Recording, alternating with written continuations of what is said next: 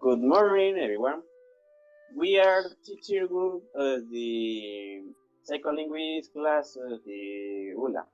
So we going to do a little section of discussion. Yeah, we are myself, Miguel Ángel. He's Leonardo. Hi. He's Carlos. Hi, I'm Carlos Javier. Pleasure. He's Amelia. Hi guys, how are you? Fine. And she is Maria. Hi. Okay, let's start. So, we make the first question. So, Leonardo, could you tell me some characteristics good language learner, please? Okay, so in order to be a good language learner, there are some characteristics that you must have. Okay, the first of all is to find your own way, because the learning process is a personal process, and so you have to find your own path and discover discover what strategies works better for you. Okay, so that's the first point. And the second step is making as many opportunities as you can to practice the second language. Okay, you must practice every single day in order to reach the fluency that you wish. So practice with yourself or practice with a partner, and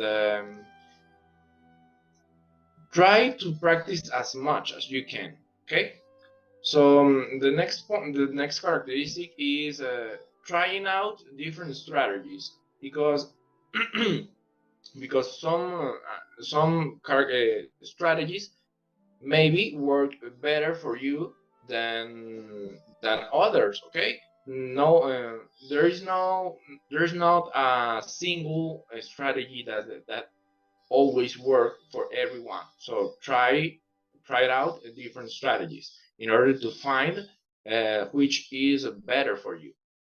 And the last characteristic, so is you have to bear in mind that making mistakes is part of the learning process. Okay, it's a really essential part of this process. So don't get frustrated, because making mistakes is how the most of the people learn. So is a good signal. And mistakes, if okay, okay, let me tell you something.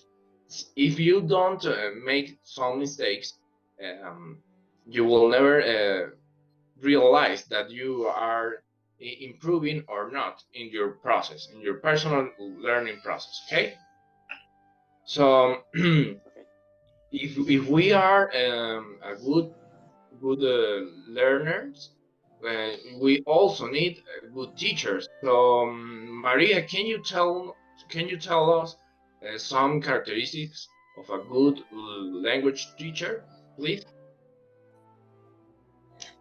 Of course.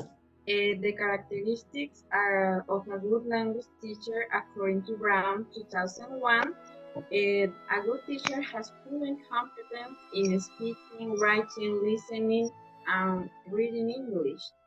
Understand the close connection between language and culture. Use different and new techniques. Values opinions and abilities of the students, share ideas and techniques with college. It's flexible when things go awry, and maintain high ethical and moral. Okay, and what about what about the reading process? What can you tell us about that? Okay, well, the reading process is a process that includes 5 stages: pre-reading, reading, responding, exploring, and applying. During the reading process, the student uses these steps to gain knowledge. Well, now I'm going to talk about a little bit about the stage, okay?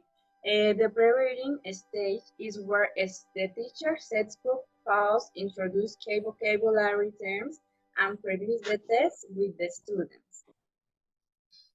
The second stage is reading. Is where the students begin reading the material. It includes reading skills, reading from beginning to end, and note-taking. Responding is the stage where the students respond to what they read, so reading logs, journal, or grand conversations. The exploring stage is where the students go back and reread certain things in the text, learn more vocabulary, examine the author's style, and identify quotes. And finally, the applying stage is where the students create projects, read similar material, demonstrate comprehension of the text, reflections, and evaluate their experience while reading. Okay, after learning about the reading process, a good reader must develop certain skills. So, what are those skills? Okay, the academic reading skills. There are some skills that we as learner we have to dominate. Okay, sometimes it could be overwhelming to manage all the readings that will be assigned to us. Okay, so in order to be able to read quickly and efficiently, we need to learn how to read and to read all those papers and at academic level. Okay, so there are some techniques in reading. The first of those techniques are skimming. Skimming is looking through the text to find the main points of that paper, of that lecture. Okay. Um, the other skill are scanning. Scanning is pretty similar than skimming, but scanning is about looking quickly and a specific piece of information.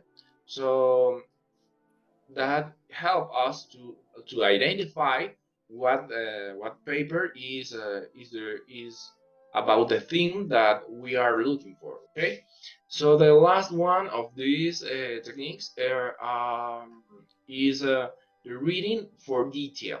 Okay, reading for detail is looking closely at the text to understand and evaluate the information in it. So is during this stage, is really important to take in note about the information that we find out in this paper. Uh-huh. Is important to look the cover of the book, the title. It could offer some information, pieces of information about the, the text, and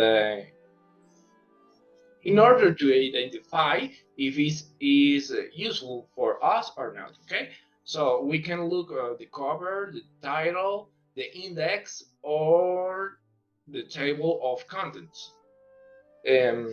These tools are really important for saving time. Okay, saving time and avoiding the to be exhausted during the lecture, or to get frustrated because sometimes there are too many information to handle. So this is like a kind of filter, we can say. Yes, it's like a filter to manage all that information. Okay. Now, what other strategies can you tell about? Okay. Well, it's about that team, Shauna Lewis from the Victoria University in Melbourne, Australia. She proposed that 7 steps to improve your reading. As you will say, there's the first step. It's skimming.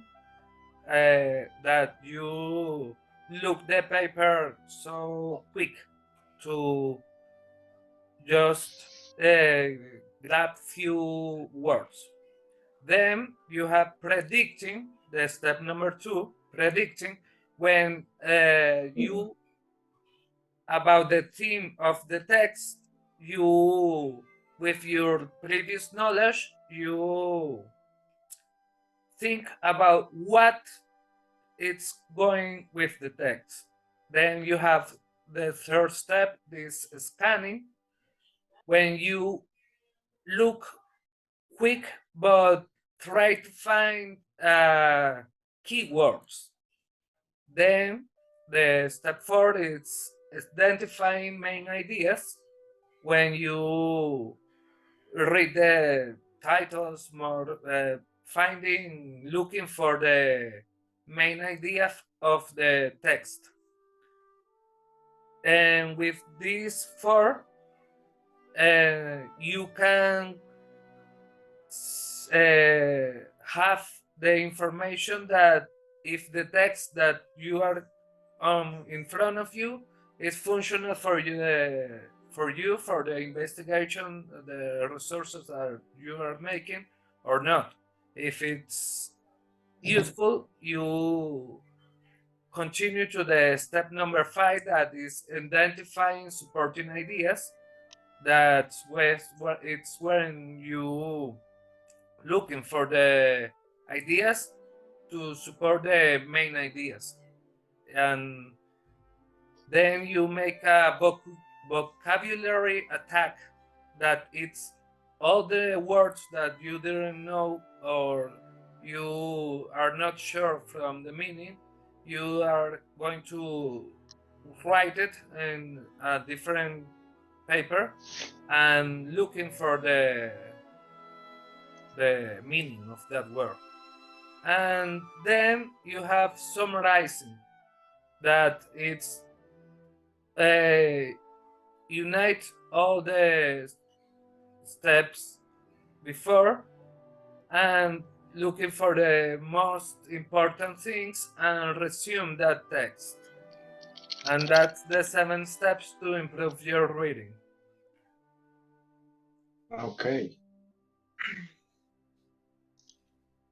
Then you have like a models, that's models of reading strategies, that proposed by Lyndon McCannas.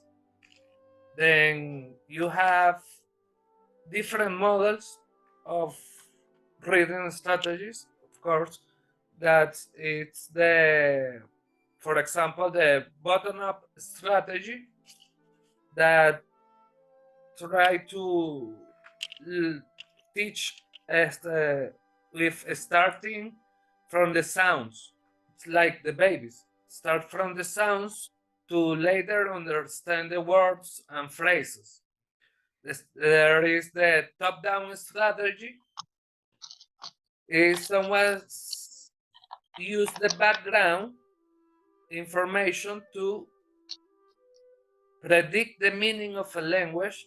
They are going to listen, then to read. The interactive strategy is a combination of the top-down and bottom-up strategy.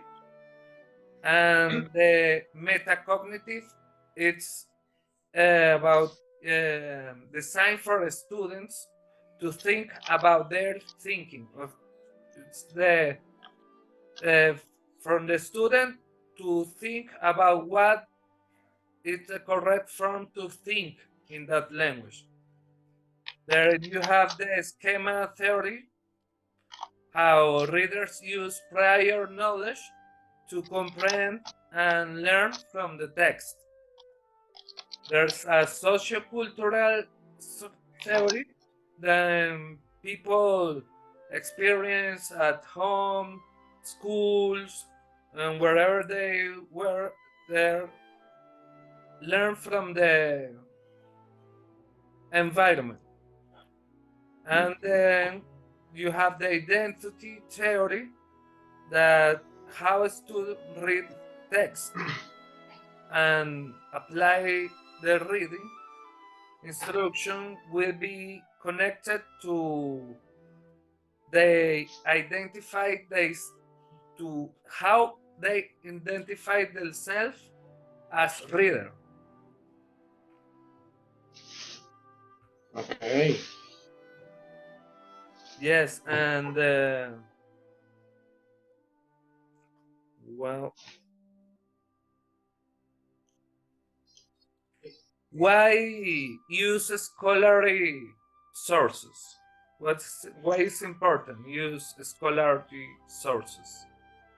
Because the authority and credibility evident in scholarly sources will contribute a great deal to the overall quality of your paper. Okay. Scholarly sources are not meant to entertain. Their purpose is to inform and to advance their academic field. Scholarly sources are generally found in discipline, a specific journal, or published by academic presses, such as the Journal of Education and Behavior or Columbia University Press. And it's a